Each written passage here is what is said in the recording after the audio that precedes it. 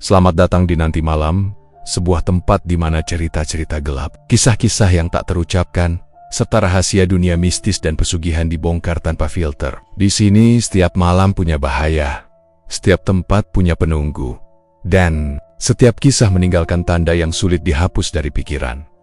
Bila kamu merasa sendirian saat menonton, percayalah, kamu tidak benar-benar sendiri malam ini. Kita memasuki sebuah perjalanan yang tidak semua orang berani tempuh. Sebuah kisah tentang bis malam yang katanya hanya muncul di waktu tertentu dan hanya dilihat oleh mereka yang sedang berada di antara sadar dan lelah. Sebagian orang menyebutnya rute terakhir, sebuah perjalanan yang tidak tercatat di peta mana pun dan tidak terdaftar di aplikasi resmi. Banyak yang bilang, siapapun yang menaikinya tidak akan pernah kembali sebagai orang yang sama. Di channel Nanti Malam, kami tidak hanya menceritakan horor, kami mengajak kalian menyusuri sisi lain. Kehidupan tempat di mana logika berhenti berfungsi dan alam gaib mengambil alih. Ada yang percaya ini sekadar cerita. Ada juga yang menganggap ini adalah peringatan. Tapi satu hal yang pasti, beberapa kisah terlalu nyata untuk dianggap kebetulan. Jadi, sebelum kita mulai, pastikan ruangan kalian cukup terang.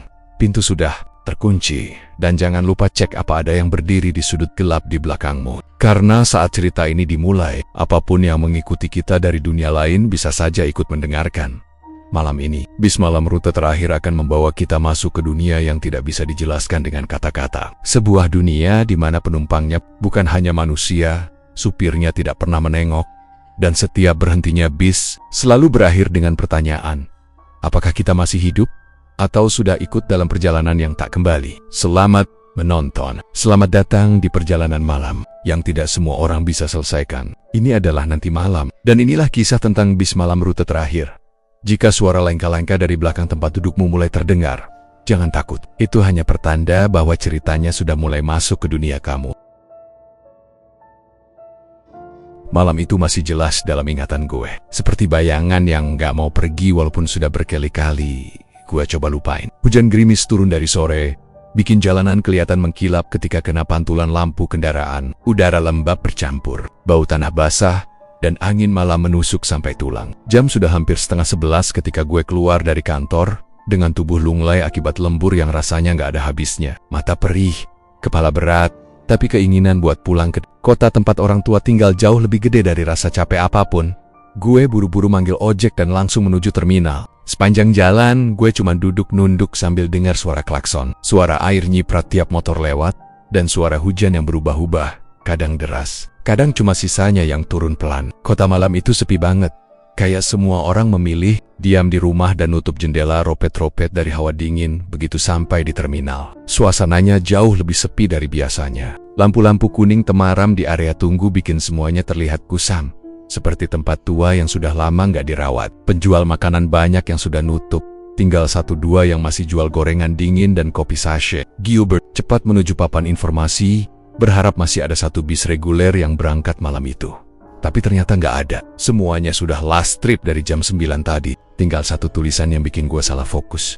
Bis malam rute terakhir 23,45, trayek khusus. Tulisan itu beda dari yang lain. Vannya lebih kecil, warnanya seperti agak pudar, dan entah kenapa kayak baru ditempel beberapa menit. Lalu, gue langsung buka aplikasi jadwal transportasi, masuk ke rute kota tujuan, tapi nama trayek itu sama sekali nggak muncul. Nggak ada. Kosong. Bahkan kalau dicari manual pun, tetap nggak ada. Aneh, jelas, tapi gue lagi nggak punya pilihan. Kalau gue nggak pulang malam itu, besok pagi gue harus balik ke kantor lagi dan itu artinya gue nggak bakal bisa ketemu orang tua sampai entah kapan. Akhirnya gue mendatangi loket kecil paling ujung yang lampunya cuma satu dan berkedip-kedip, kayak mau mati. Di dalam, ada petugas laki-laki setengah baya dengan wajah yang kelihatan capek banget, matanya cekung, rambutnya agak berantakan, dan kulitnya pucat seperti orang yang kurang tidur berhari-hari. Dia ngelihat gue tanpa senyum, tanpa sapaan. 1 tiket, mas. Bis malam rute terakhir, gue bilang sambil menyerahkan uang. Petugas itu diam sebentar, matanya menatap gue seperti sedang menilai sesuatu. Lalu dia tarik napas panjang dan bilang, pelan banget, hampir kayak bisikan, "Mas yakin mau naik bis itu?" Loh, kenapa nggak yakin? Gue coba bercanda, tapi dia sama sekali nggak ketawa. Kalau naik bis itu, dia mendekat sedikit.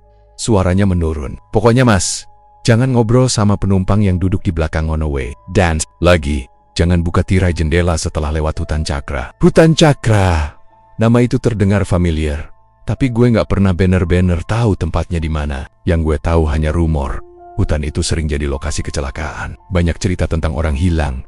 Dan konon katanya, kalau lewat situ malam-malam, kamu bisa dengar suara orang minta tolong dari tempat yang gelap banget. Gue nahan tawa karena pikir petugas itu cuma nakut-nakutin. Maksudnya apa, Pak? Ada apaan sih sebenarnya? Petugas itu nggak jawab. Dia cuma menggeser tiket ke arah gue pelan-pelan. Tangannya gemetar sedikit. Lalu dia bilang lirih, memakai bahasa Jawa yang suaranya agak bergetar. Wis, mas, nek, wis melu, ojo nyawang emburin. Sing penting ojo buka tirai. Ojo. Gue diam. Kata-katanya terasa aneh, tapi ada semacam ketakutan asli di suaranya. Bukan bercanda, bukan mitos. Tapi ya gue tetap mikir, mungkin ini cuma cerita-cerita terminal, biar penumpang gak tidur sembarangan, atau biar orang-orang gak iseng berdiri di tempat yang bahaya saat bis jalan. Gue anggap santai aja. Dengan tiket di tangan, gue jalan menuju peron keberangkatan. Semakin dekat gue ke arah lokasi bis itu, udara terasa makin dingin, beda sama dinginnya gerimis tadi. Ini dingin yang kering, menusuk, semacam dingin yang datang dari tempat gelap yang lama gak kena matahari. Gue berhenti sebentar, menarik napas panjang, mencoba ngeyakinin diri kalau ini cuma sugesti karena kata-kata petugas tadi. Ketika gue akhirnya melihat bisnya, gue agak kaget. Bis itu besar tapi warnanya sudah pudar. Kombinasi merah kusam dan abu-abu yang terlihat kayak baru dicuci setengah. Lampunya redup.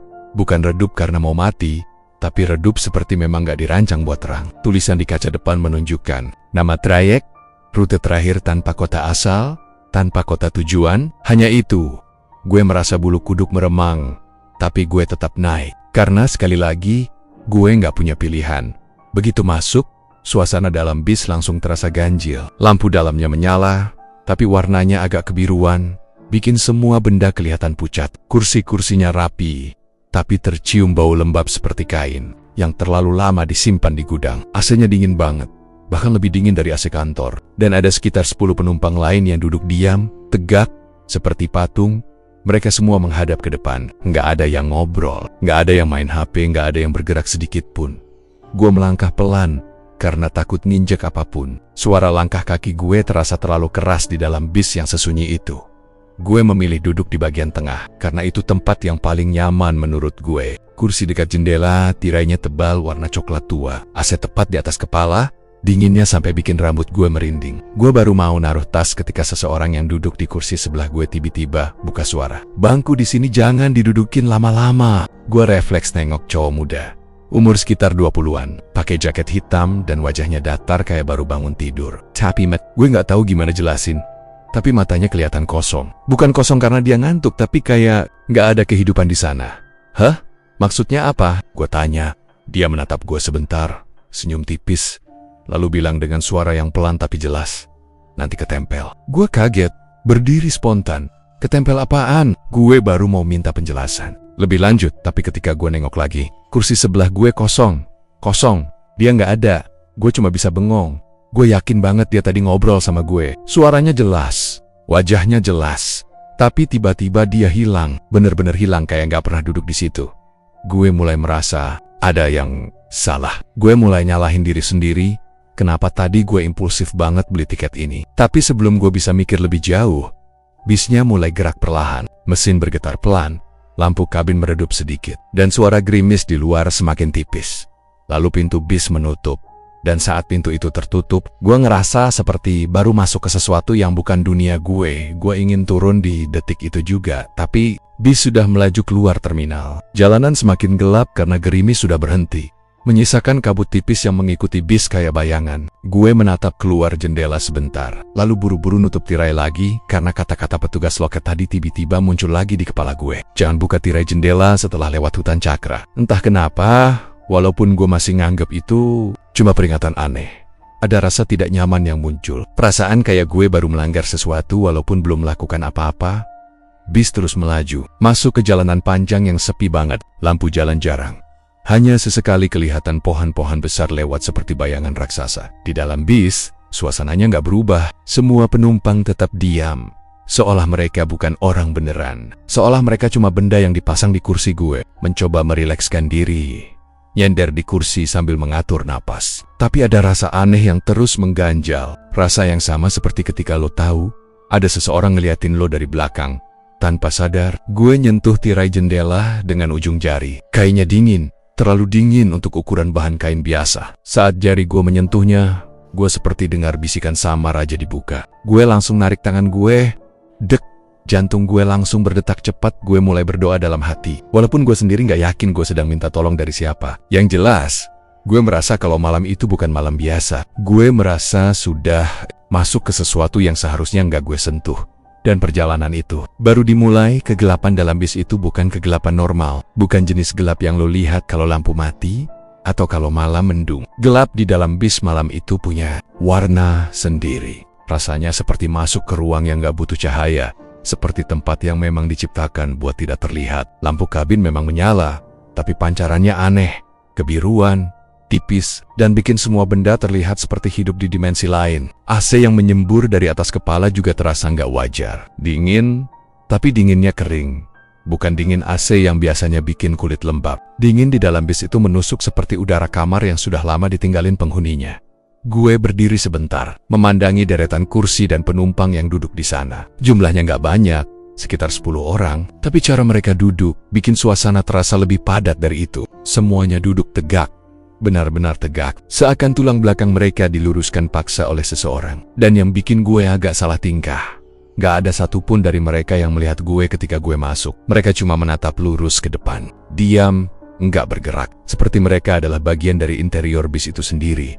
Wajah-wajah mereka punya satu kesamaan yang mencolok, pucat. Bukan pucat biasa, tapi pucat seperti orang yang habis sakit parah, atau seperti daging ayam putih yang terlalu lama direndam air. Bibir mereka juga memutih, seolah darahnya hilang dari tubuh. Ada ibu-ibu di bangku 2 dari depan yang memegang keranjang kecil.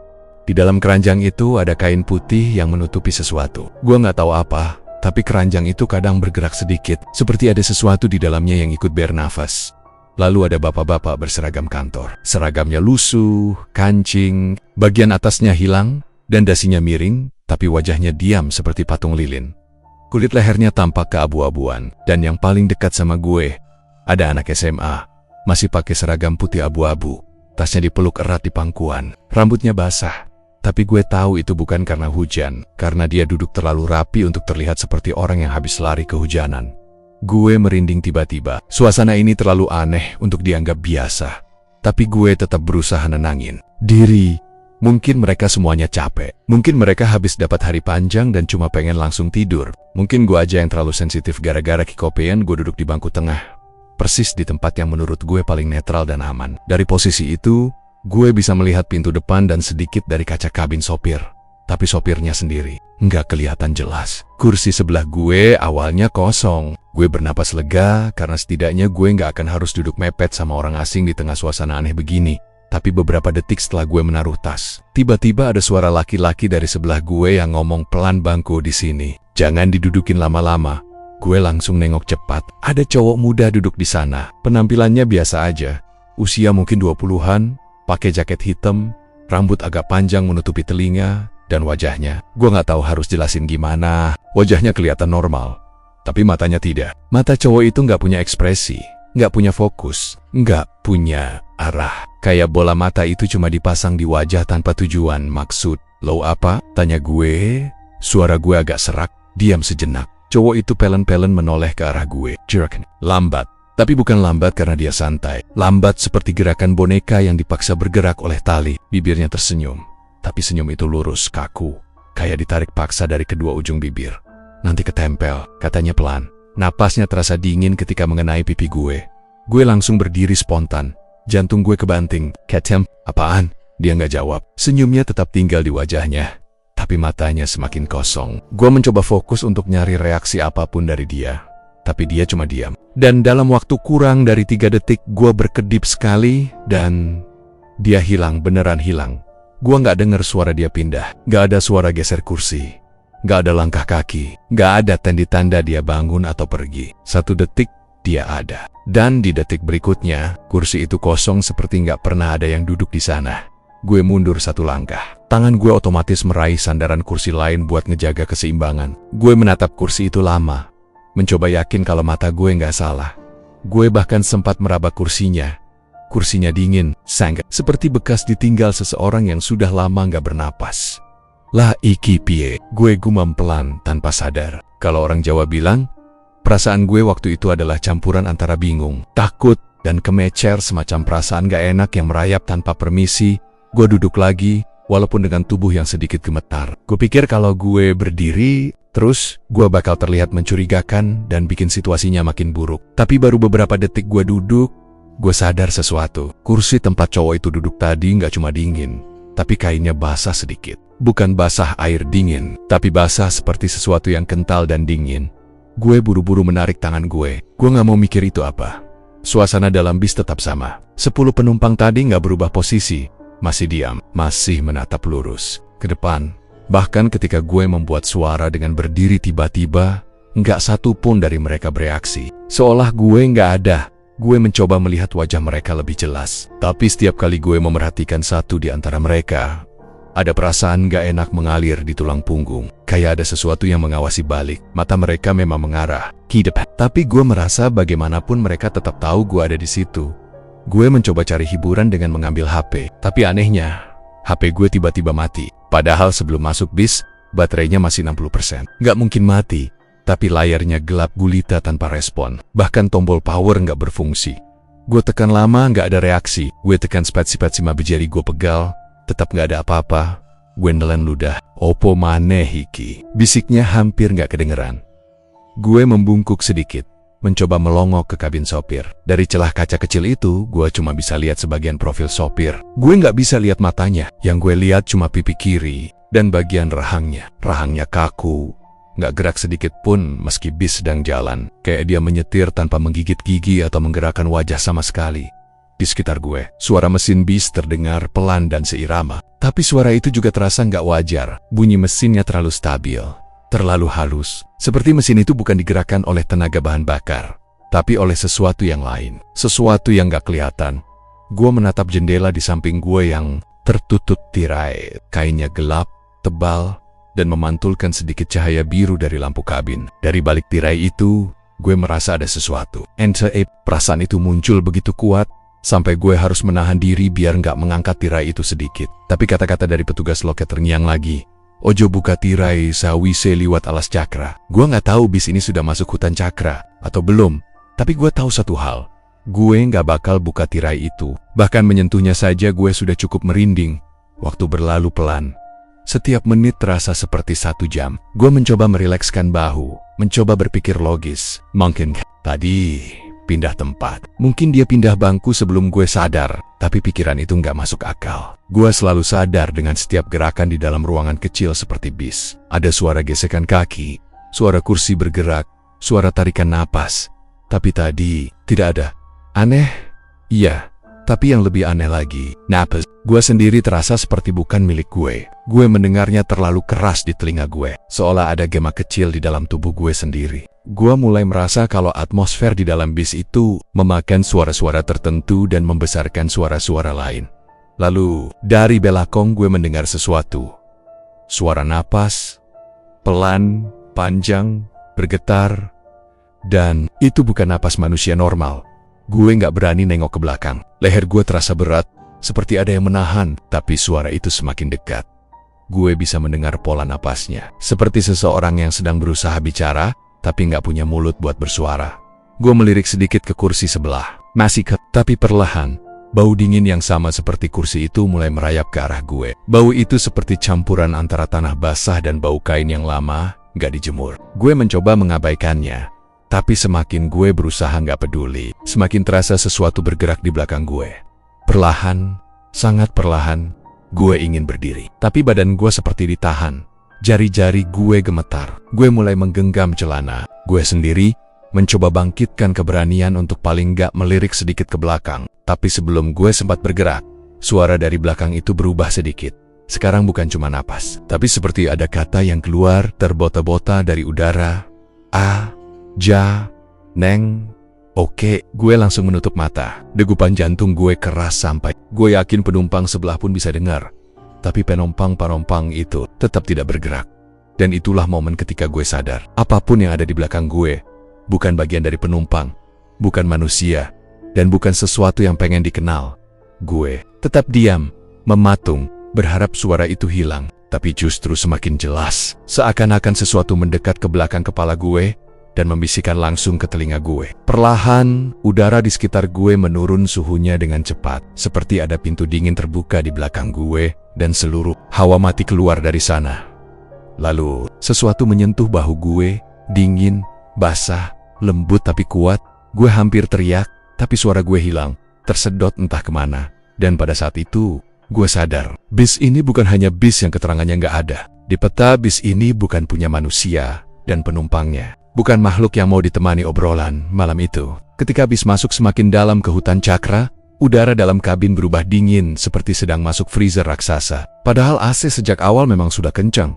Tapi kali ini dinginnya beda dingin, yang menusuk sampai tulang, bikin napas gue keluar seperti uap tipis. Gue sempat mikir AC mungkin rusak atau ada kebocoran, tapi nggak ada suara mesin AC sama sekali. Yang ada cuma suara gesekan daun di luar yang samar-samar terdengar. Kayak ada sesuatu yang berusaha menyapu sisi luar bis.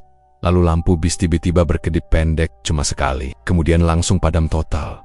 Gelap, gelap banget. Bahkan gue nggak bisa lihat tangan gue sendiri meskipun gue angkat ke depan muka. Suara mesin bis tetap jalan stabil, tapi rasanya kayak suara itu datang dari jauh, bukan dari bawah kaki gue. Supir tetap nggak ngasih pengumuman.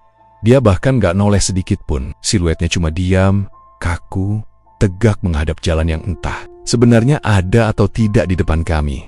Satu-satunya cahaya kecil cuma dari lampu indikator merah di bagian depan. Itu pun redup banget, seperti nyala lilin yang hampir mati. Dan dalam gelap itu, suara pertama muncul. Krek, pelan banget, kayak kuku yang terseret di plet logam. Dan itu datang dari plafon bis. Awalnya gue kira itu suara ranting jatuh, tapi ritmenya terlalu rapi, terlalu pelan, terlalu sadar. Kayak ada sesuatu yang sedang merayap di atas, nempel, dan sengaja menggesekkan kukunya. Suara itu berhenti sesaat, lalu mulai lagi, sedikit lebih cepat. Krek, krek, krek. Bulu kuduk gue langsung berdiri. Gue pegang sandaran bangku depan, meraba-raba. Nyoba cari pegangan, jantung gue berdetak makin keras. Sampai rasanya suara detakan itu jadi suara paling keras di ruangan. Dan baru gue sadar, semua penumpang lain duduk tegak, tubuh gak bergerak sama sekali. Tapi kepala mereka perlahan-lahan menoleh ke arah gue, satu demi satu, bersamaan, tapi lambat. Kayak mereka semua digerakkan tali yang sama. Lamat-lamat gue mulai lihat mata mereka redupan dari lampu indikator bikin sorot mata itu sedikit kelihatan. Mata mereka gelap, hitam polos tanpa pantulan, seperti lubang. Nafas gue langsung tercekat. Gue menelan ludah pelan, tapi suara telanannya sendiri malah terdengar keras banget, memantul di seluruh kabin yang sunyi. Lalu salah satu penumpang, ibu yang tadi bawa keranjang anyaman, membuka mulutnya. Mulutnya terbuka kecil, tapi suaranya kedengaran jelas banget. Kayak dia berbicara langsung di dalam kepala gue. Kenapa kamu buka mata setelah lampu mati? Seharusnya kamu tutup seketika. Gue nutup mata refleks, kenceng banget. Seperti anak kecil yang takut lihat hantu di pojokan kamar. Gue tahan napas, takut kalau gerak sedikit aja mereka makin dekat, tapi suara gesekan kuku itu turun. Dari plafon bergeser ke dinding bis. Dari dinding turun pelan-pelan ke arah kursi. Suara itu kayak sesuatu yang punya banyak kaki, menelusuri semua sudut bis. Di antara suara itu, ada suara lain semacam napas panjang, berat dan basah. Napas itu kayak sedang mencari sesuatu, mencium, mengendus, dan itu tepat di belakang bangku gue. Ya Allah, oh Saiki. Giobes sendiri dalam hati, kelepasan pakai bahasa Jawa karena panik. Jari-jari gue gemeteran parah sampai nyaris gak bisa gue kontrol lagi. Gue tetap merem, kuat-kuat, gak berani buka sedikit pun. Tapi telinga gue benar-benar menangkap jelas bagaimana suara itu berhenti tepat di belakang kursi gue. Sunyi, hening banget sampai suara serangga di luar pun kayak lenyap. Lalu sesuatu menyentuh bagian belakang kursi, duar ceklek kayak nyeret kuku panjang ke bahan kursinya. Gue hampir teriak tapi gue tahan. Napas gue pendek, cepat, seperti orang baru abis hampir tenggelam. Tangan gue mencengkeram sudut kursi depan sampai persendian gue pegal. Dalam gelap, pelan, suara penumpang lain terdengar. Mereka mulai bergumam bersamaan, kayak orang baca sesuatu, tapi gak jelas bahasanya apa. Suaranya rendah, dipanjangin, putus-putus, dan gak sinkron dengan manusia normal. Kayak suara yang bukan keluar dari satu tubuh, Tapi dari ruangan itu sendiri, gue masih merem. Tapi justru pas merem itu, gue makin bisa ngerasa kayak ada hembusan napas di leher gue. Panas, basah, dekat banget. Jantung gue makin gila. Gue nahan teriakan. Tiba-tiba ada suara kecil banget di sebelah telinga. Seperti bisikan, "Buka matamu." Gue langsung geleng kuat-kuat tanpa suara. Nggak berani jawab. Tapi bisikan itu makin dekat. "Buka matamu. Wong urip ora seharusnya numpak karo wong sing ora katona." Gue gemeter keras. Dia ngomong dalam bahasa Jawa halus. Gue ngerti maksudnya. Manusia hidup tidak seharusnya ikut dalam perjalanan dengan mereka yang tidak tampak. Seketika gue sadar, mereka bukan penumpang biasa. Dan gue, satu-satunya manusia hidup di bis itu, tuan-tuan penumpang itu mungkin cuman isi sosok-sosok penunggu rute. Pengiring perjalanan yang tidak ada di peta. Krek, suara kuku itu muncul lagi. Tapi kali ini dari samping kursi gue. Jaraknya cuma beberapa sentimeter. Gue merem makin kenceng. Sampai mata gue sakit. Air mata gue netes tanpa gue sadari. Napas gue makin sesak. Tiba-tiba bis mendadak direm dengan sangat keras. Ban berdecit panjang. Tubuh gue hampir mental ke depan. Suara gesekan kuku itu langsung berhenti. Gumaman penumpang juga berhenti total. Tapi yang bikin gue makin mual ketakutan adalah satu hal. Gue baru sadar. Begitu bis berhenti mendadak, gue dengar suara banyak benda jatuh di lantai bis. Kayak kantong-kantong kecil. Dan dari baunya, itu bukan bau barang biasa. Bau anyir, bau busuk yang kayak lama banget. Sekilas gue dengar suara sesuatu menggelinding ke bawah kursi. Gue nekat buka mata sedikit. Cuma celah kecil, dan gue nyaris muntah. Ada kepala manusia bukan, lebih tepatnya tengkorak basah. Kayak masih ada sisa dagingnya menggelinding pelan tepat di bawah bangku gue. Bekas lukanya masih baru, mata sudah kosong, tapi mulutnya bergerak sedikit, seperti sedang menggumam mengikuti suara-suara tadi. Gue langsung nutup mata lagi sambil nahan napas. Badan gue panas dingin. Tiba-tiba supir berbicara, suaranya berat, serak dan seperti keluar dari rongga yang gak normal. "Kita sudah lewat batas." Kalimat pendek itu cukup buat semua penumpang berhenti bergerak. Sunyi total. Lalu supir berkata lagi, kali ini lebih jelas. Yang hidup harus memilih. Gue nggak tahu dia ngomong ke siapa, tapi gue ngerasa jelas banget. Dia bicara ke gue. Pintu bis tiba-tiba membuka pelan. Ada suara angin malam masuk, tapi udara yang masuk dingin setengah mati. Bukan dingin alami. Dingin yang kayak di sekitar kita ada makhluk yang menyerap panas. Penumpang-penumpang itu masih diam, tapi tubuh mereka mulai bergerak ke samping, membuka jalan ke arah pintu. Tapi cara mereka bergerak bukan cara manusia berjalan. Lank, terlalu pelan, bahunya tetap lurus. Leher mereka miring sedikit seperti kepala boneka yang dipaksa gerak. Gue tetap merem, sampai akhirnya suara itu muncul lagi di telinga gue. "Lu ngoleh, cepet sate durunge kelebu dalane sing ora ana enteke, pergi. Naksep, sebelum kamu masuk jalan yang gak ada ujungnya." Gue gak tahu itu suara siapa, tapi terasa seperti suara ibu-ibu tua dan nadanya. Bukan mengancam, tapi memperingatkan gue. Dengan tulus, gue gemeter makin keras. Tapi akhirnya gue ambil satu napas dalam, dan gue buka mata perlahan. Untuk pertama kalinya, penumpang-penumpang itu menunduk ke arah gue, seperti memberi jalan. Tapi bukan itu yang bikin gue kehilangan kendali. Begitu gue noleh ke depan, supir yang dari awal cuma terlihat sebagai siluet, kini terlihat jelas. Wajahnya bukan wajah manusia, matanya kosong, hitam dan mulutnya terbuka sampai batas yang gak masuk akal. Dan dari celah mulut itu keluar suara rendah, seperti dengungan. "Pilih jalannya sekarang." Dan di luar pintu bis, gue lihat sesuatu yang lebih gila lagi. Ada dua jalan setapak. Yang kiri, gelap total, seperti portal hitam tanpa dasar. Yang kanan, cahaya kuning redup, seperti lampu-lampu dari kampung jauh. Gue gak tahu kenapa, tapi sesuatu di dalam gue bilang, jangan pilih yang terang. Cahaya itu terasa salah. Dalam sepersekian detik, gue ngerasa ada tangan dingin menyentuh bahu. Tangan penumpang. Mereka mulai mendekat lagi. Gue harus milih. Sekarang, gue akhirnya lompat keluar. Tapi bukan ke kiri, bukan ke kanan. Gue lompat ke tanah tepat di bawah bis. Ke sela kecil antara ban dan bodi. Sempit banget sampai badan gue kebentur keras. Tapi itu satu-satunya tempat yang gak terlihat dari penumpang atau supir. Dan saat gue sembunyi di sana, bis mulai jalan lagi. Perlahan, tapi suara dari dalam bis, suara penumpang semakin keras. Mereka memanggil gue. Suara mereka menggema. Kembali, kembali, kembali. Gue tahan napas sampai bis itu menjauh sepenuhnya. Dan ketika akhirnya suara mesin hilang, baru gue berani keluar dari persembunyian. tapi di luar. Gue sadar satu hal, gue tidak berada di hutan cakra lagi. Gue berada di tempat yang sama sekali bukan dunia yang gue kenal. Dan langkah pertama gue mengarahkan gue pada sesuatu yang jauh. Lebih mengerikan dari bis itu, gue masih enjiosen-gosen. Setelah berhasil keluar dari bawah bis tadi, tanah di sekitar gue lembab, dingin, kayak belum pernah diinjak manusia. Dan yang paling aneh, hutan di sekitar gue bukan hutan cakra yang gue kenal. Pohonnya jauh lebih tinggi, batang-batangnya hitam. Bukan gelap karena malam, tapi hitam seolah terbakar habis. Udara di sekitar berat dan bikin paru-paru kayak dipaksa narik napas melewati air. Bis yang tadi gue sembunyiin diri di bawahnya berhenti beberapa meter dari gue. Mesinnya masih hidup, lampunya mati total, cuma bayangannya aja kelihatan samar-samar. Kayak benda yang gak sepenuhnya berada di dunia yang sama. Gue baru mau mundur pelan, tapi tiba-tiba ada sesuatu yang mengena ke ujung sepatu gue. Bukan batu. Suaranya terlalu lembut. Gue lihat ke bawah, dan itu adalah sehelai rambut panjang, hitam basah yang kayak baru ditarik dari kepala seseorang. Gue merinding spontan. Rambut itu bergerak pelan, seperti ada angin halus, padahal nggak ada angin sama sekali. Dan saat gue ngikutin arah rambut itu, gue sadar sesuatu yang jauh lebih mengerikan.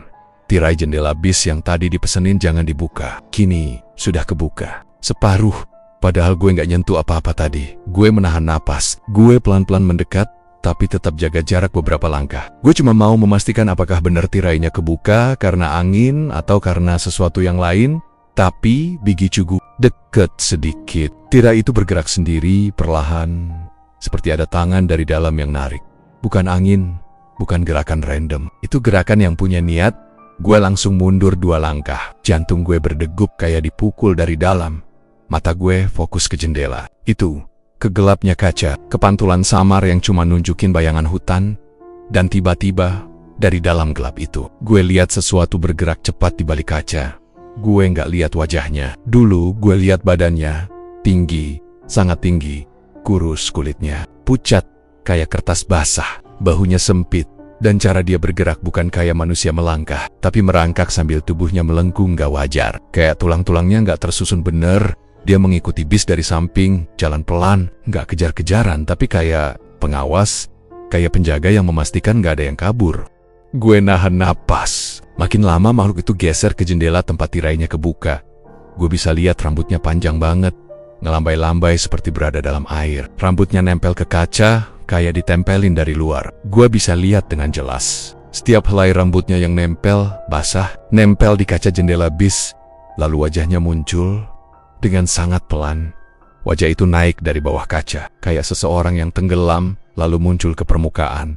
Pertama yang gue lihat adalah dagunya, lancip, kulitnya keriput kesil-kesil, kayak kain yang direndam lama. Lalu hidung yang hampir cuma 2 lubang, lama-lama naik. Mata itu putih semua, bukan putih karena buta, tapi putih yang hidup. Putih yang kayak ngeluarin cahaya kecil, kayak ada kilap tipis. Mata itu nempel persis ke kaca. Seolah dia lagi ngintip dari luar. Gue langsung kaku. Mulut makhluk itu perlahan terbuka. Mulutnya bukan kayak mulut manusia. Bukan cuma sobek ke samping, tapi memanjang ke bawah sampai ke area yang harusnya leher. Dalam mulut itu nggak ada gigi. Yang ada cuma ruang hitam menganga, dalam dan mengeluarkan suara halus banget. Kamu bukan penumpang kami. Suara itu bikin gue panas dingin. Seperti suara ibu-ibu yang bicara dari ruang kosong. Lembut tapi nyeret. Kayak suara basah di panci. Kosong. Kamu bukan penumpang kami, tapi baumu mengundang. Gue spontan mundur sambil nutup mulut, takut kalau suara napas gue ketahuan. Tapi pas gue mundur, tubuh gue nabrak sesuatu yang lembek. Awalnya gue kira bangku bis, tapi bentaknya. Salah. Gue meraba pelan. Bahannya lembut, dingin, basah. Lalu jari-jari panjang melingkar ke baju gue. Gue langsung merinding setengah mati. Gue pelan-pelan nengok dan gue hampir teriak. Itu bukan bangku, itu tangan seseorang. Tangan panjang, pucat, kuku-kukunya runcing kayak duri tipis. Tangan itu keluar dari bawah rangka bis, seolah ada orang yang lagi merayap dari bawah. Nunggu gue mendekat, tangan itu narik baju gue pelen-pelen, tapi kuat banget, kayak ngasih tanda supaya gue gak kabur. Suara kuku makhluk itu di kaca makin keras, tapi tangan di belakang gue makin kenceng nariknya. Gue bener-bener panik. Otut giu koku, kepala gue berat, dan napas gue kayak disedot keluar. Gue akhirnya nekat teriak kecil. Sopo kui? Tangen itu berhenti narik. Diam, kayak kebingungan gue ngomong apa. Lalu dari bawah bis, ada suara lirih. Suara perempuan. Metu siksa durunge ketutup dalane. Keleh, keluar dulu sebelum jalannya tertutup. Gue nggak tahu itu suara siapa, tapi nadanya almost sama kayak yang bisik gue waktu di dalam bis. Suara tua, lemah, tapi niat nolong. Gue langsung gigit bibir sendiri buat ngumpulin keberanian. Tangan itu masih megang baju gue, tapi udah nggak sekuat tadi. Makhluk di kaca masih nempel dan makin mendekat. Gue cuma punya satu pilihan. Gue harus lepas dari tangan itu.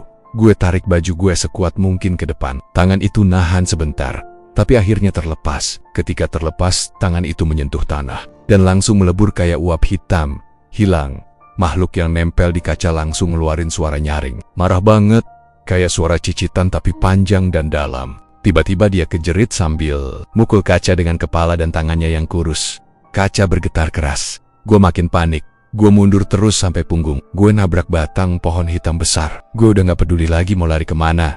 Lalu makhluk itu tiba-tiba mulai merayap ke atas, menjauh dari kaca. Dia naik ke atap bis. Cepet banget. Gerakannya kayak laba-laba tapi lebih besar dan lebih patah-patah. Rambutnya nyeret di kaca, bikin suara gesekan tinggi yang bikin kepala gue ngilu. Saat dia hilang di bagian atap, suara lain muncul.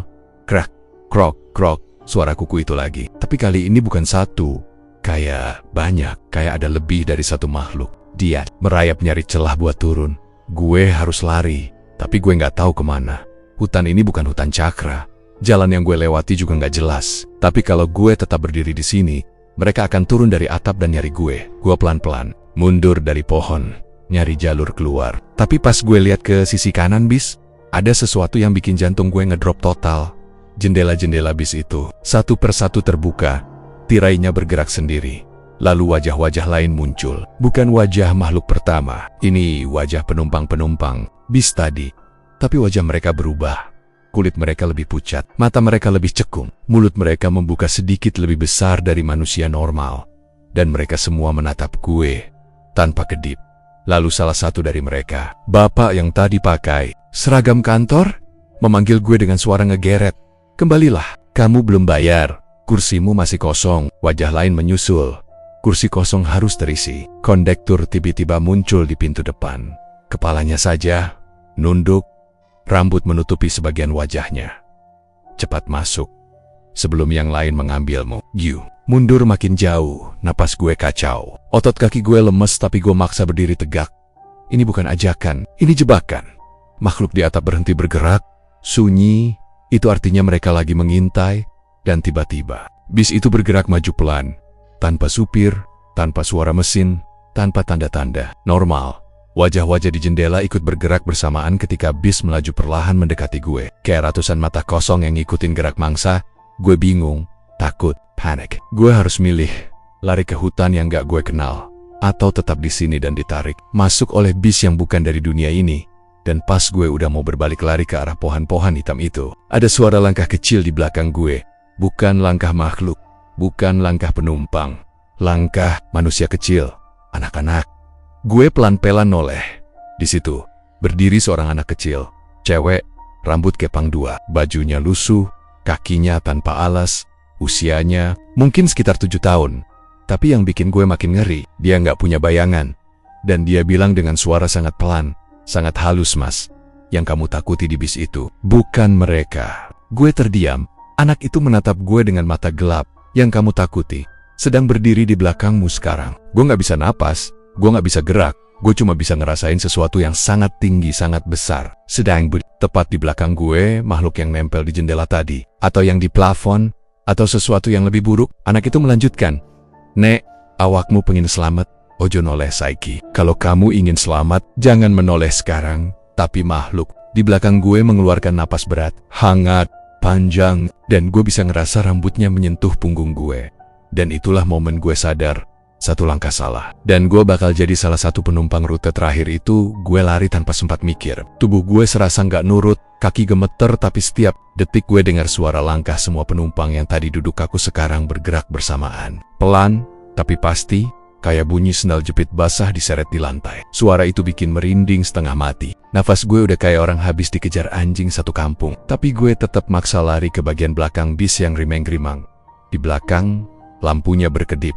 Gelap, terang, gelap lagi. Di antara kedipan itu gue melihat bayangan para penumpang, berdiri dalam posisi yang gak wajar. Ada yang kepalanya miring hampir 90 derajat. Ada yang bahunya patah tapi tetap jalan, lengannya menjuntai ke tanah. Ada yang jalannya nempel di dinding bis kayak cicak. Suara mereka pelan, seperti bisikan. Dari sumur tua, balik, ojo Melayu, kowe wes kecatat. Gue makin panik dengar bahasa Jawa itu. Rasanya kayak ditarik pulang ke sesuatu yang gak pernah gue kenal, tapi tubuh gue seakan familiar. Gue ngerasa kayak gue pernah berada di tempat yang sama. Meski otak gue bilang gue gak pernah naik bis ini sebelumnya. Bis goyang keras, kayak nabrak sesuatu. Tapi supirnya gak berhenti. Dia tetap menatap lurus ke depan tanpa ekspresi, kayak patung. Lampu indikator di dashboard mati semua, tapi mesin tetap meraung makin kencang, kayak ada yang dorong dari belakang. Jalanan juga makin gak normal, pohon-pohon tinggi di luar jendela seakan bergerak mengikuti laju bis. Padahal bis ini sudah kencang banget, kayak mereka memang sengaja mengiringi. Gue nyangkut di baris bangku paling belakang. Gue nyari tempat sembunyi meski tahu rasanya percuma. Desahan napas para penumpang makin dekat. Suara kain seragam mereka gesek-gesek saling bersentuhan. Gue bisa ngerasa dingin dari hawa tubuh mereka. Bukan dingin AC. Ini dingin yang menusuk tulang kayak tangan orang mati yang baru selesai dimandikan. Tiba-tiba suara kondektur terdengar dari depan bis. Suaranya serak, pecah, kayak radio rusak sampeyan. Kembalikan kursinya. Gue gak ngerti maksudnya kursi apa. Gue gak ambil apa-apa. Tapi suara itu bikin seluruh tubuh gue ngunci. Gak bisa gerak. Gue coba fokus, tapi dada gue serasa ketika gue ngintip sedikit ke lorong, gue lihat kondektur tanpa wajah itu berjalan pelan ke arah gue. Tanpa wajah, tapi gue bisa merasakan dia menatap gue. Kayak ada tekanan di kepala gue, seperti tatapan yang menusuk kulit. Kondektur itu mendekat. Tubuhnya agak limbung. Tangannya panjang, lebih panjang dari manusia normal. Jarinya kurus, pucat, dan bergerak gemetar seperti mau ngambil sesuatu. Suaranya lagi muncul. Kali ini lebih dekat. Penumpang terakhir, jangan duduk terlalu lama. Kursi itu milik yang lain. Gue langsung berdiri spontan dan hampir aja jatuh karena lutut lemas. Penumpang-penumpang lain mulai mendekat melingkari lorong. Mereka nggak lari atau teriak. Mereka cuma jalan pelan. Tapi langkah mereka terasa memenuhi seluruh bis. Dari arah kiri dan kanan, dari depan dan belakang, kayak bulu-bulu halus di leher gue berdiri semua tanda gue dikepung. Gue muter badan, lihat jendela belakang, dan gue langsung pengen muntah. Dari luar kaca belakang bis yang buram, ada wajah-wajah menempel, jumlahnya puluhan. Muka mereka rata-rata pucat keabu-abuan. Ada yang matanya melotot, ada juga yang cekung ke dalam kayak habis diisap. Rambut mereka nempel ke kaca seperti kena angin basah. Jari-jari panjang mereka mengetuk kaca pelan, ritmenya serempak. Tok, tok, tok. Rasanya suara itu langsung masuk ke telinga gue dan berputar di kepala. Gue kepengen nutup telinga, tapi tubuh gue gemeter dan gak bisa angkat tangan. Gue coba mundur, tapi ada sesuatu bergerak dari bawah bangku. Gerakannya cepat, berdesis, kayak kain diseret pelan. Tiba-tiba jari-jari panjang keluar dari bawah bangku dan memegang pergelangan kaki gue. Gue langsung teriak spontan, lepas, lepas. Tapi makin gue gerak, makin kenceng pegangan itu. Jari-jari itu bukan cuma dingin, dia terasa licin, seperti berlendir dan mencengkeram dengan kekuatan yang gak seharusnya ada pada tangan manusia. Dari kegelapan bawah bangku, gue bisa lihat samar wajah seseorang. Bukan wajah penumpang sebelumnya, ini wajah lain. Matanya kosong, mulutnya ke atas kayak tersenyum dipaksa. Dia berkata pelan banget, "Sini, kursimu di sini. Kowe lungguh kene wae." Gue tendang sebisanya sampai pegangan itu lepas. Dari suara retakan, kayak tulang jarinya patah. Tapi wajah dari bawah bangku itu tetap nyengir, seperti nggak ngerasain sakit sama sekali. Kondektur tanpa wajah makin dekat. Sekarang jaraknya cuma 3 bangku dari gue. Tangannya terulur, dan suara dari kepalanya terdengar seperti diseret dari jauh.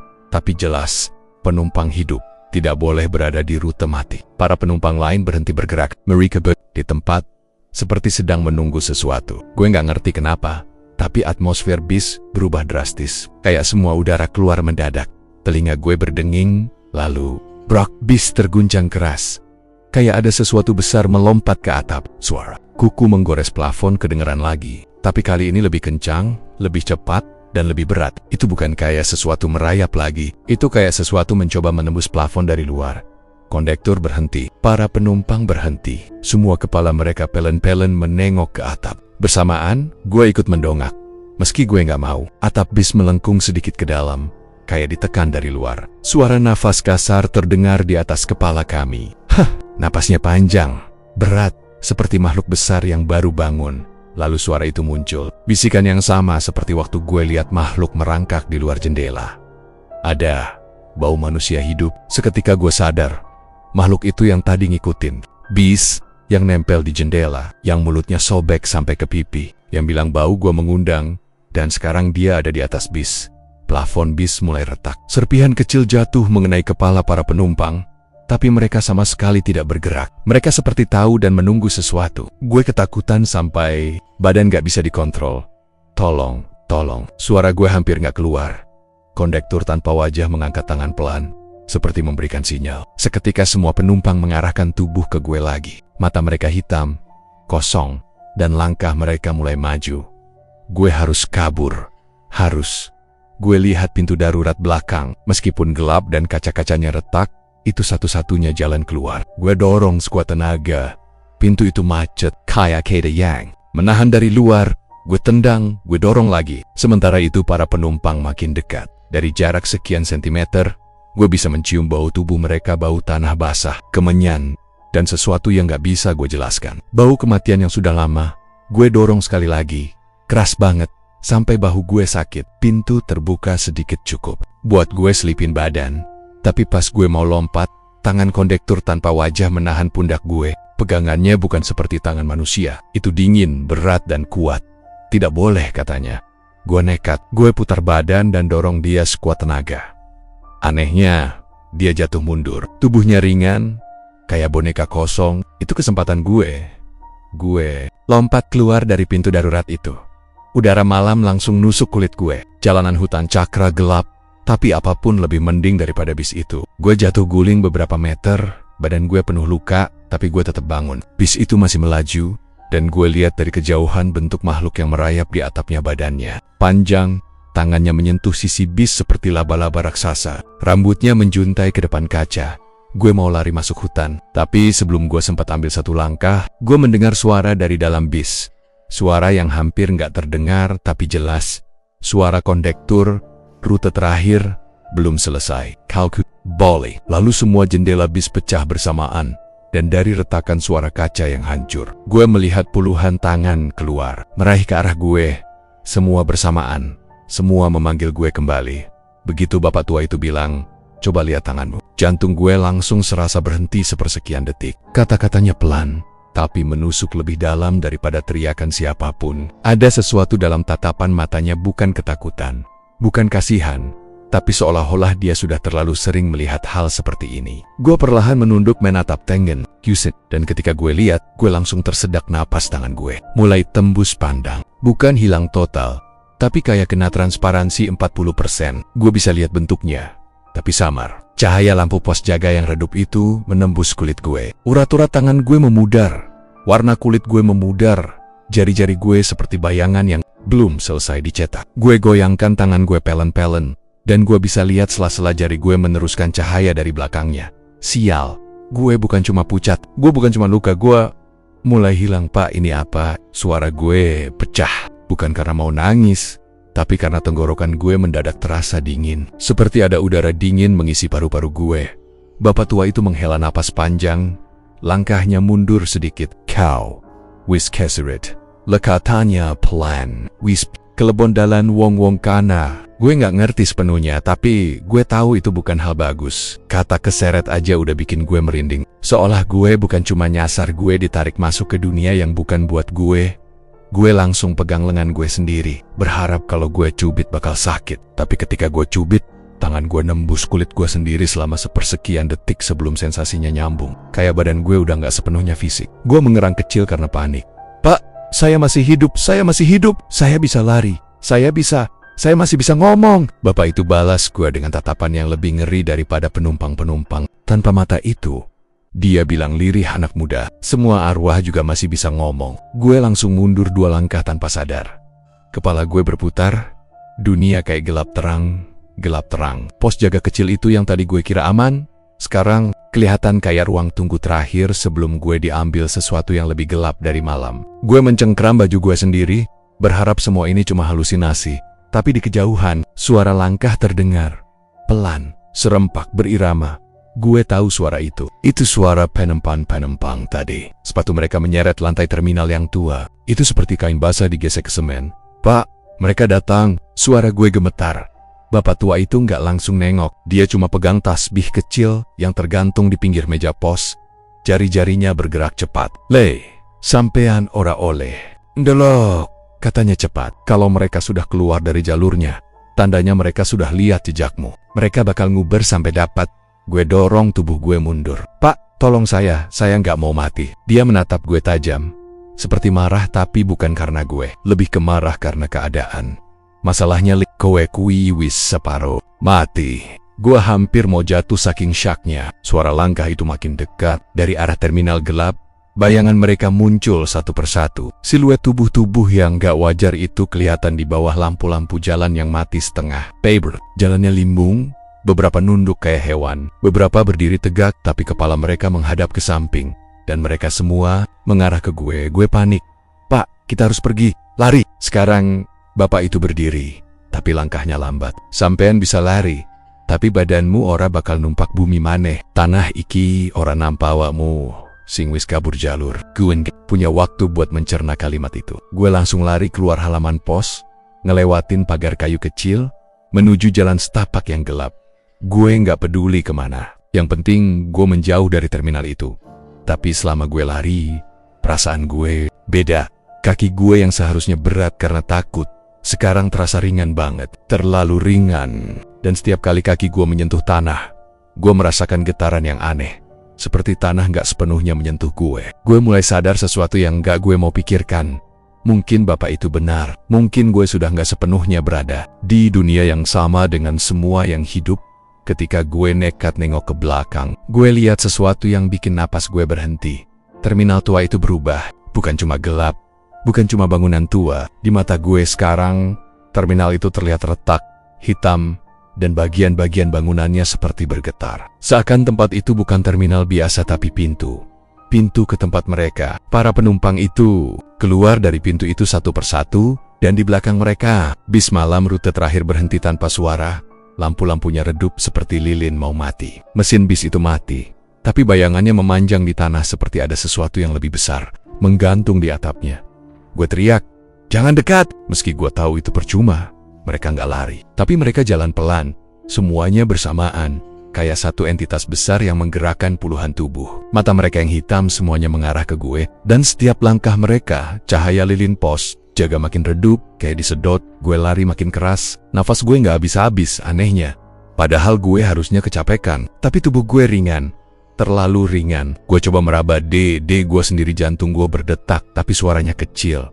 Seperti berdetak di dalam air. Gue nemu jalan tanah yang naik sedikit. Gue ambil arah itu, berharap semakin jauh gue dari terminal, semakin kecil kemungkinan mereka nangkep gue. Tapi tiba suara bapak tua dari arah pos terdengar keras.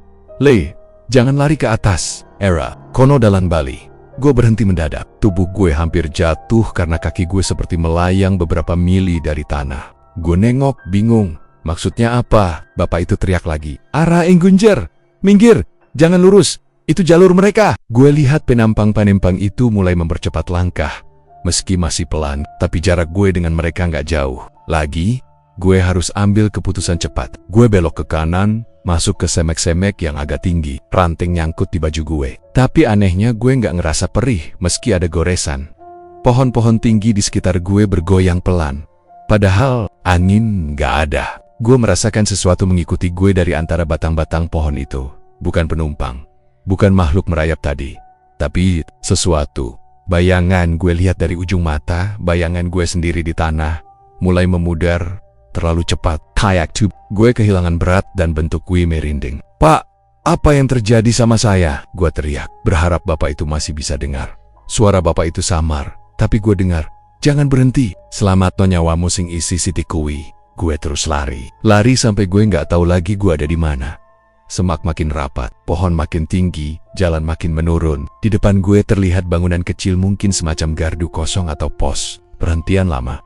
Gue masuk ke dalam. Gardu itu bau debu dan tanah.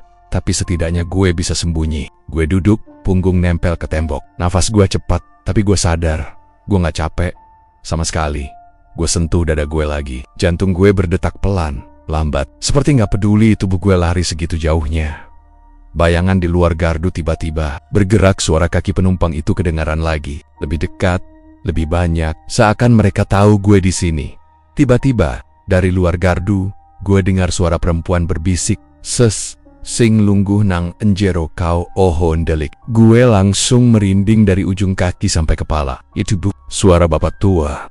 Dan itu bukan suara manusia biasa. Suaranya basah, seperti seseorang bicara sambil mulutnya penuh lumpur. Gue tahan napas. Gue tekan punggung gue ke tembok supaya gue bisa dengar lebih jelas langkah-langkah dari luar. Tok, tok, tok. Langkah itu berhenti tepat di depan pintu gardu. Gue melihat bayangan kaki seseorang. Kakinya kurus, panjang, jari-jarinya terlalu banyak. Bayangannya tremor, seperti tubuhnya gak stabil. Gue menyentuh lantai-lantai dingin. Tapi tangan gue gak ngerasain dingin sepenuhnya. Sensasinya tipis. Kowe iku dudu due kekene. Suara perempuan itu lagi. Tapi ambune, enak. Gue harus kabur. Gue berdiri perlahan. Tapi saat gue mau bergerak, tangan gue menembus dinding gardu selama sepersekian detik. Gue refleks tarik lagi. Gue makin panik. Saya bisa pulang. Saya masih bisa pulang. Gue bisik ke diri gue sendiri. Tiba-tiba terdengar teriakan bapak tua dari kejauhan. Le, balik dalane. Jangan masuk perhentian itu. Itu bukan gardu manusia. Gue langsung lari keluar dari pintu belakang. Gardu. Nggak mikir apa-apa. Penumpang-penumpang itu sudah ada di dua sisi jalur. Tapi gue lari terus. Nafas gue makin ringan. Tubuh gue makin ringan. Dan ketika gue lihat tangan gue lagi, jari-jari gue sudah hampir transparan sepenuhnya. Di kejauhan, lampu kecil dari pos jaga masih terlihat. Bapak tua itu masih berdiri melambai ke gue. Melayu le, aku bantu selakno dalanmu. Gue lari ke arahnya. Meski gue gak tahu apakah gue bisa. Tapi semakin dekat gue ke cahaya pos, sesuatu dari belakang menarik baju gue. Tangan, dingin, panjang, kurus.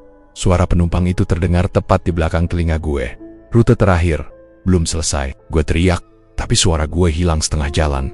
Dan dalam detik itu, tubuh gue terasa ditarik kedua arah. Satu ke cahaya pos jaga, satu lagi ke gelap terminal tua itu. Tubuh gue mulai hilang bentuknya dan semuanya berubah jadi hitam. Waktu semua berubah jadi hitam, gue bener-bener ngerasa kayak diri gue jatuh ke ruang kosong yang gak punya arah. Bukan jatuh ke bawah, tapi jatuh ke entah, kayak tubuh gue dilepas dari dunia. Tapi pikiran gue masih sadar. Sepenuh gue masih dengar suara langkah yang mengejar, suara napas mereka, dan suara bis itu. Suara mesin tuanya yang berat tapi memanggil dengan lembut. Seperti suara kakek tua yang ngajak balik ke rumah. Ketika pandangan gue balik lagi, gue merasa masih berdiri di tengah lapangan tanah dekat terminal tua itu.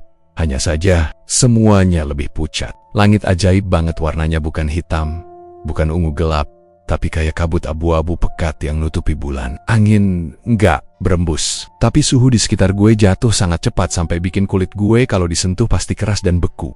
Bapak tua itu masih berdiri di pos jaga, tapi kali ini tubuhnya lebih gelap, seperti cahaya di sekitar dia menyusut. Dia menatap gue dengan wajah ngeri yang sebelumnya nggak pernah gue lihat. Le, kowe, saya, wes cedak banget, katanya susah payah. Suaranya berat, seperti keluar dari tenggorokan yang diperas sesuatu, tapi gue nggak langsung ngejawab. Karena suara itu muncul lagi.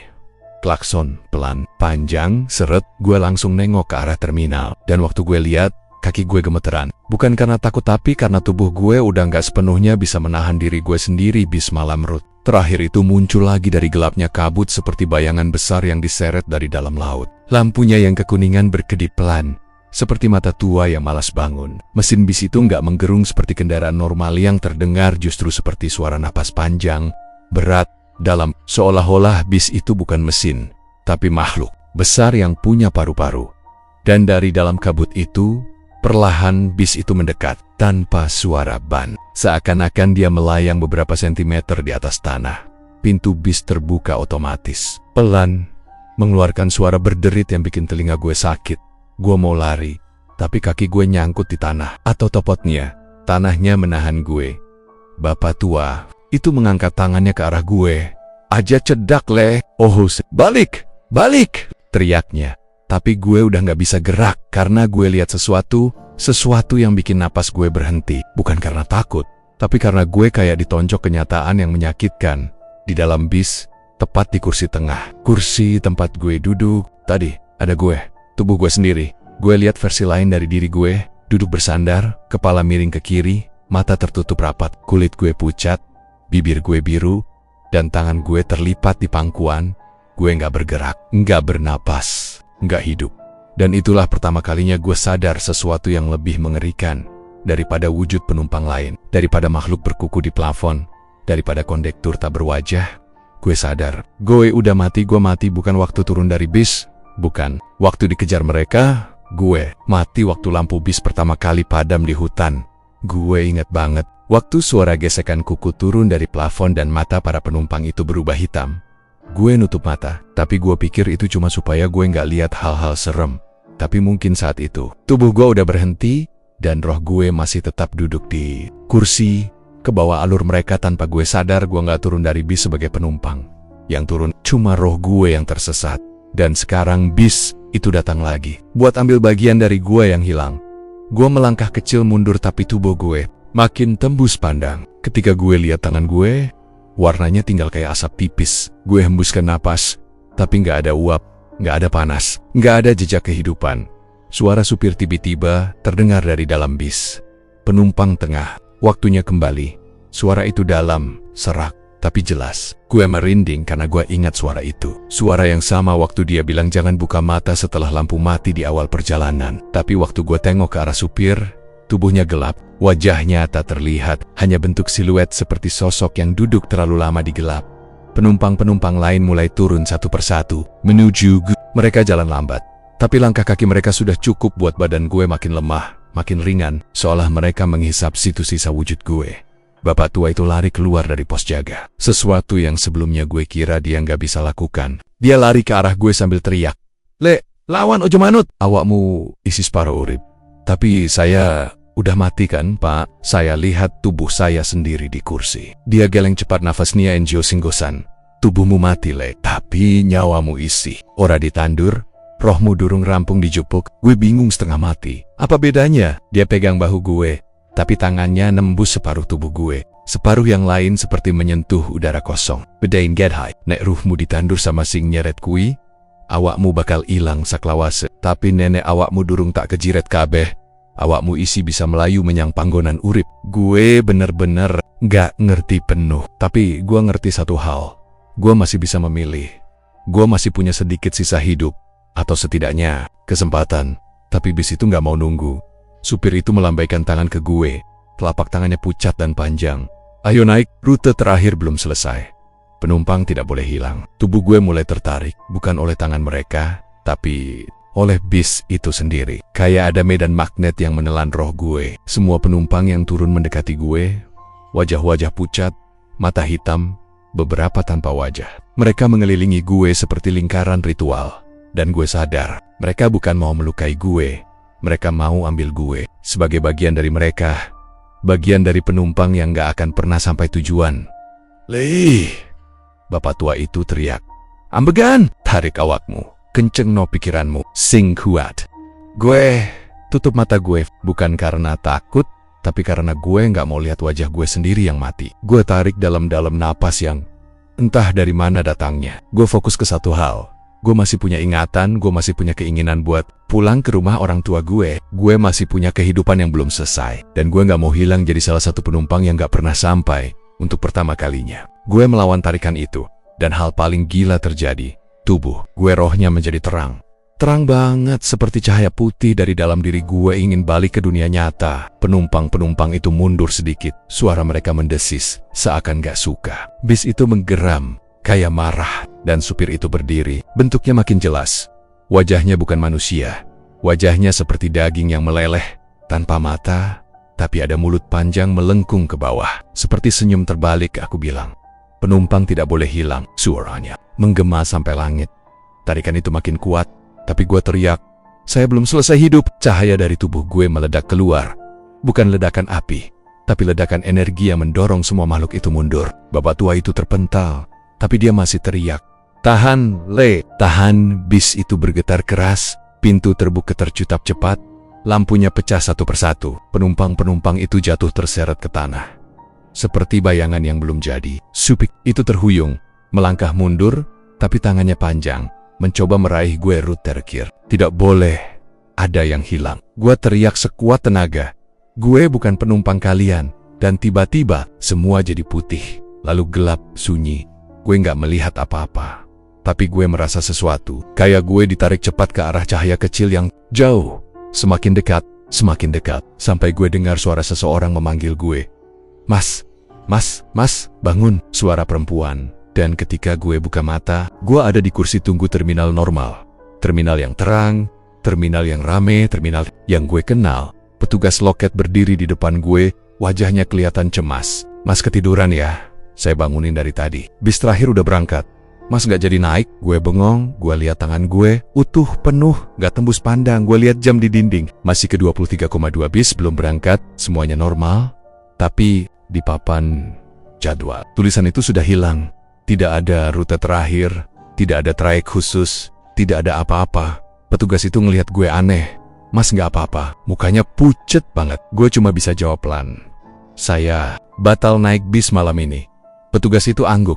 Iya mas, jangan maksa kalau ngantuk, nanti kecelakaan. Gue jalan keluar terminal sambil gemeteran. Tapi sebelum gue keluar, gue dengar klakson. Pelan, panjang, serat. Gue nengok di deretan paling ujung terminal. Ada bis tua warna kuning redup. Nggak ada supirnya di depan. Tapi pintunya kebuka pelan, seakan ngundang. Gue cuma bisa bisik. Tidak ada penumpang yang pernah sampai tujuan. Dan gue lari keluar terminal tanpa nengok ke belakang lagi. Malam itu, bis malam rute terakhir tetap ada. Tetap berjalan, tetap mencari penumpang baru. Dan gue cuma salah satu yang berhasil lolos untuk sekarang. Karena untuk bis itu, seputar penumpang yang pernah duduk di dalamnya akan selalu dipanggil kembali. Selalu.